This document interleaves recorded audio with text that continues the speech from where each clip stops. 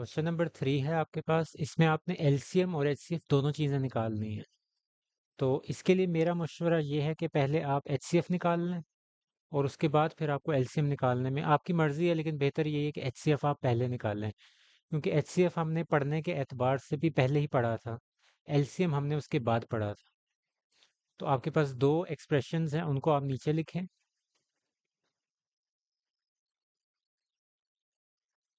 इसमें से कॉमन क्या आ रहा है? 4x²। यहाँ क्या बचेगा? एक एक्स बच गया। यहाँ क्या बचेगा? 3। इसको मैं थोड़ा सा मज़ीद तोड़ के लिख रहा हूँ, क्योंकि ये प्राइम फैक्टराइजेशन करनी पड़ेगी। तो 4 को हम लिख सकते हैं 2 × 2।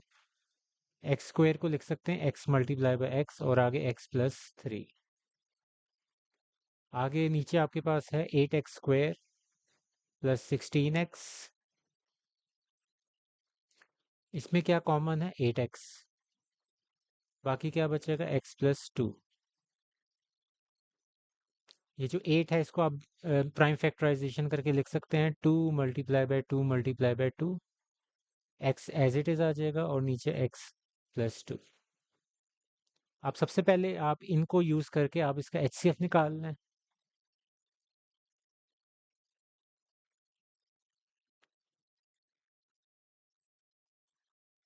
ये देखें, 2,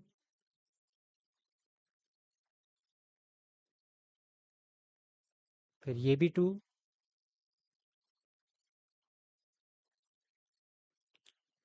फिर एक एक्स आ रहा है दोनों में,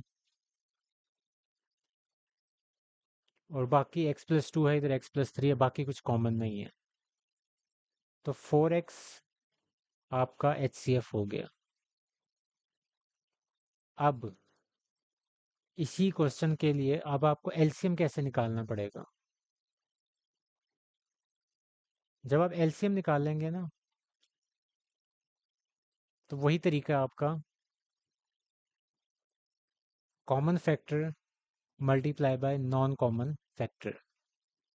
अब क्योंकि यहाँ आपके पास एक्सप्रेशन ही दो थे, तो इस वजह से इसमें जो कॉमन चीज़ है वही नीचे आ जाएगी, यानी कि जो आपने एचसीएफ निकाला है ना इस केस में, वही आपका कॉमन फैक्टर होगा, जो कि आपका 4x है। अब नॉन कॉमन फैक्टर जो बाकी बच गए हैं, अब यहाँ देखिए एक x बचा हुआ है, इधर इधर यहाँ एक 2 बचा हुआ है, तो 2x, और बाकी आगे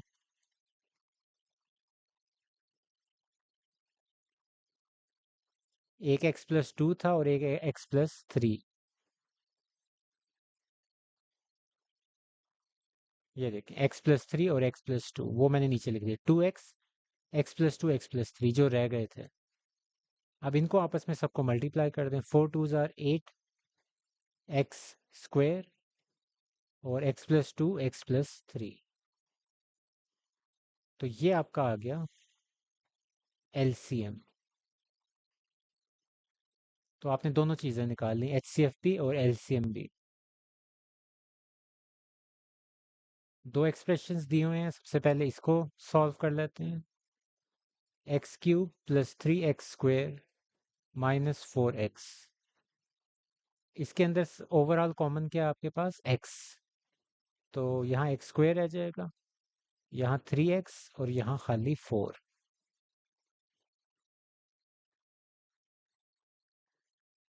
अब यहाँ आप देख सकते हैं कि शायद इसकी फैक्टराइजेशन हो रही है और 4 और 1 पेयर बन रहा है।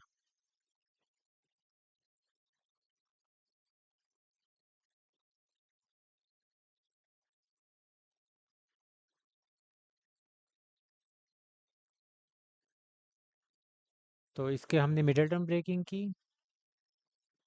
यहाँ से 4 और -1 पेयर बना। अब आप इसमें से कॉमन निकाल लें। ओवरऑल कॉमन आपके पास x-1 है, बाकी क्या बचा? x+4। तो यहाँ तक इसको याद रखें, और अब आप इसकी फैक्टराइजेशन करेंगे, x² - 4x+3। इसकी फैक्टराइजेशन कैसे होगी? इसकी मिडिल टर्म ब्रेकिंग 3 और 1 पेयर बन रहा है, -1 और -3।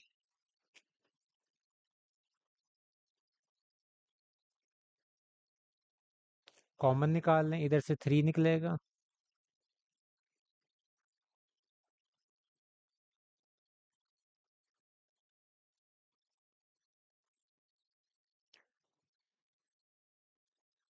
तो एक ये चीज़ आपके पास है और एक ऊपर पड़ी हुई है।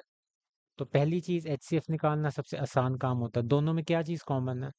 x-1 इधर भी आ रहा है, इधर भी आ रहा है, तो ये आपका हो गया HCF। अब एलसीएम निकालते हैं। एलसीएम निकालने के लिए क्या चाहिए चाहिए होता है आपके पास? Common factor multiply by non common factor. अब कॉमन फैक्टर इसमें से यही है, x-1 ही दोनों में आ रहा है, तो वो आपका हो गया x-1। अब नॉन कॉमन फैक्टर क्या है जो बाकी बच गया? x+4 x-3।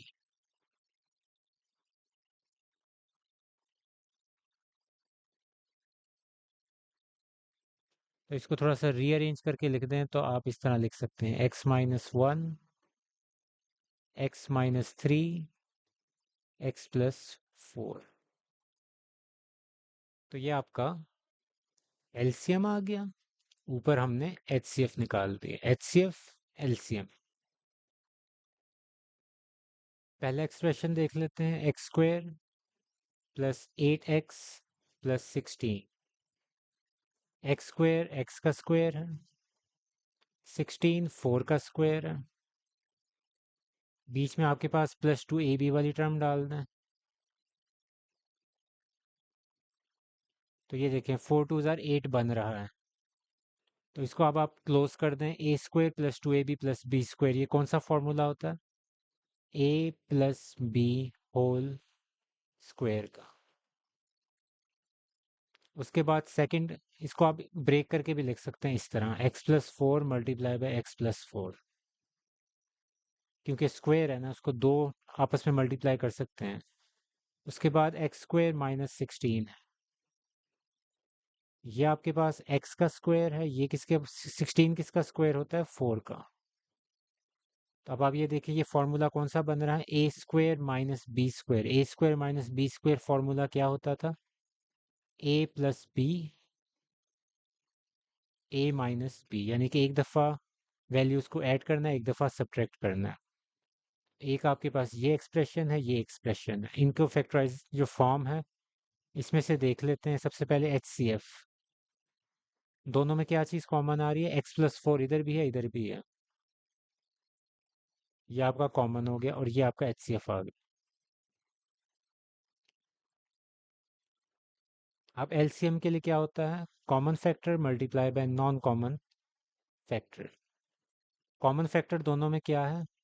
x+4 x+4। Overall x+4 नहीं देखना, तीनों ही हैं। एक वैल्यू एक के साथ ही मैच करेगी। तो कॉमन फैक्टर हो गया x+4। नॉन कॉमन फैक्टर क्या है? x+4 x-4।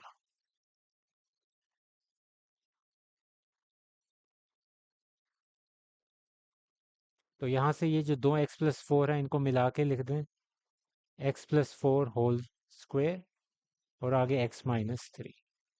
तो ये आपका LCM आ गया। ऊपर HCF, नीचे LCM। x³ - 9x। इसमें क्या कॉमन है? x कॉमन है, बाकी क्या बचेगा? x² - 9। ये आपके पास x का स्क्वायर है, 9 किसका स्क्वायर होता है? 3 का। अब ये फॉर्म कौन सी बन गई है आपके पास? a² - b² वाली फॉर्म। तो a + b a - b वाला हम यूज कर देंगे फॉर्मूला। तो a + b a - b। अब ऊपर से दूसरी वैल्यू उतारें, x² - x - 6।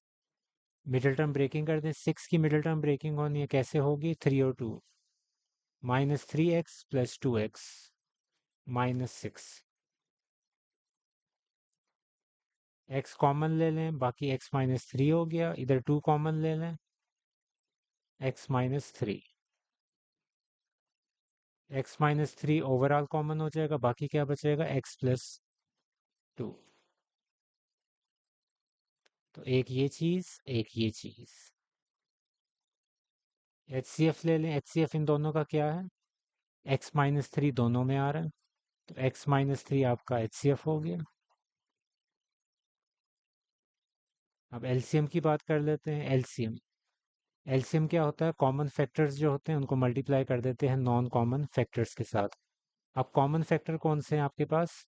ये देखें, इधर भी x-3, इधर भी x-3, तो ये हो गया आपका कॉमन फैक्टर। अब बात आ जाती है नॉन कॉमन की।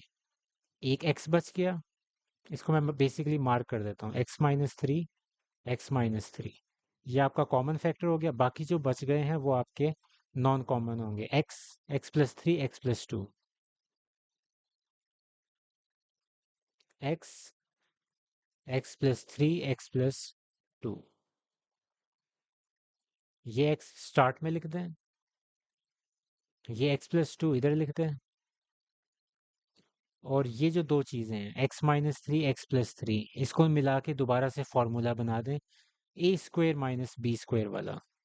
तो x² - 3² यानी कि 9, ये मिलके ये फॉर्मूला बना देंगे और ये आपका एलसीएम आ जाएगा, x x+2 x² - 9।